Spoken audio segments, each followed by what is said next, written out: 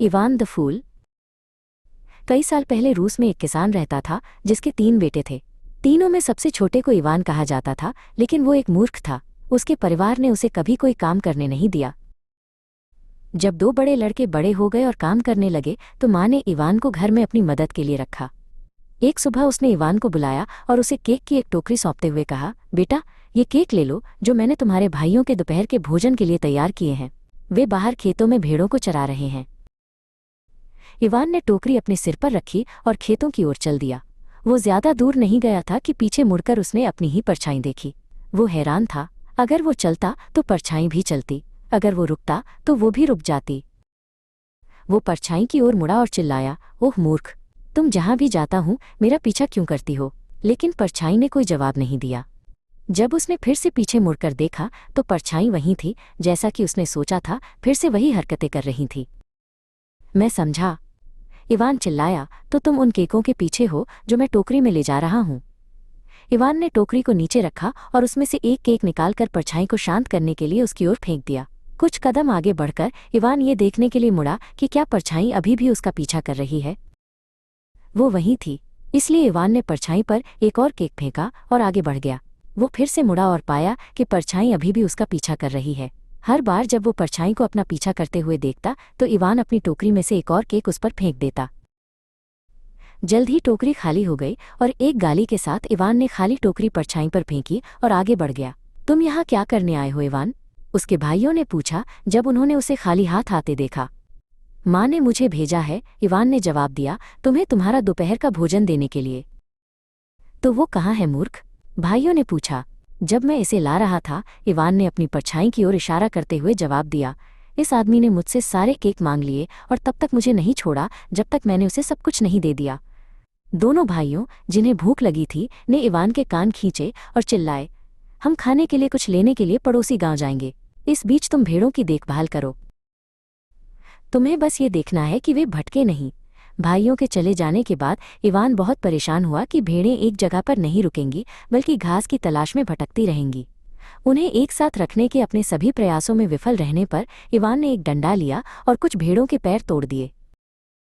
जब तक भाई लौटे तब तक काफी सारी भेड़ें लंगड़ी हो चुकी थीं और इसलिए भाइयों ने इवान को खूब पीटा और उसे घर भेज दिया। तब से माँ ने कभी भी इवान को किसी काम पर भेजने की हिम्मत नहीं की। साल बीत गए, इवान बड़ा हो गया और उसके माता पिता दोनों की मृत्यु हो गई थी।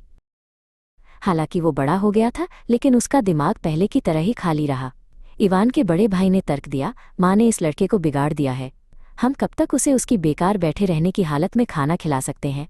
मैं जानता हूं कि हम उसे बाहर नहीं निकाल सकते क्योंकि इससे हमारी बदनामी होगी, लेकिन हम उसे कोई उपयोगी काम दे सकते हैं जिससे वो अपना भोजन कमा सके।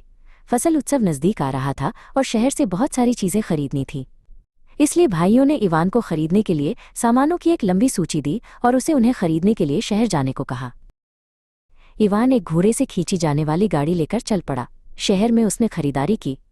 जैसे ही उसने गाड़ी में नमक की एक बोरी, एक बड़ी लकड़ी की मेज, अनाज, बर्तन, टिन प्लेटें, कप, तश्तरी और चम्मच लोड किए, उसने अपनी वापसी की यात्रा शुरू कर दी।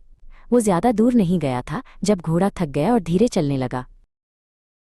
ओह, अब मैं समझा, इवान चिल्लाया, घोड़ा इसलिए धीरे चल रहा है क्योंकि गाड़ी पर ज्यादा भार है। तुरंत उसने गाड़ी में रखी सभी चीजों को देखा कि वो किसे फेंक सकता है। उसने फैसला किया कि लकड़ी की मेज को फेंका जा सकता है क्योंकि उसमें घोड़े की तरह ही 4 पैर थे, इसलिए वो आराम से चलकर घर जा सकती है। तो मेज एक भयंकर आवाज के साथ सड़क के किनारे गिर गई। गाड़ी चलाते हुए इवान ने मेज को पुकारा, आलसी, चलकर घर जाओ। अब थोड़ी दूर यात्रा करने के बाद इवान ने कुछ कौवों को अपनी गाड़ी के ऊपर उड़ते हुए अनाज की बोरी पर चोंच मारते हुए पाया। बेचारे कौवे, इवान चिल्लाया, वे भूखे लग रहे हैं, मैं अब उन्हें खिलाऊंगा। उसने शहर से खरीदी गई प्लेटों को निकाला और उन्हें अनाज से भरकर सड़क के किनारे रख दिया, ये कहते हुए, पेट भरकर खाओ प्यारे पक्षियों। थोड़ी देर बाद इवान जल्द ही एक छोटे से जंगल के पास आया। वहां उसने कुछ जली हुई पेड़ की ठूंठें देखी और सोचा, बेचारी ठूंठें, तुम्हारे पास ठंड से अपने सिर ढकने के लिए कुछ नहीं है। इसलिए उसने प्रत्येक पेड़ की ठूंठ पर एक बर्तन उल्टा रख दिया। बाद में इवान एक धारा के पास आया।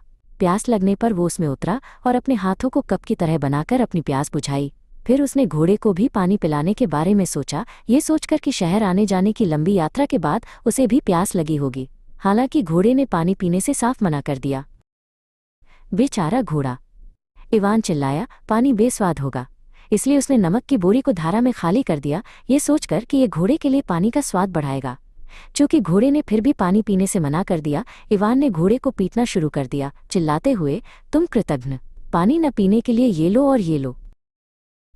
थपेड़ों की बरसात के नीचे बेचारा घोड़ा थककर जमीन पर गिर गया। अब इवान को घर ले जाने वाली चीजों की संख्या इतनी कम हो गई थी कि वो उन्हें अपनी पीठ पर उठा सकता था। उनमें केवल चम्मच, कप और तश्तरी शामिल थे।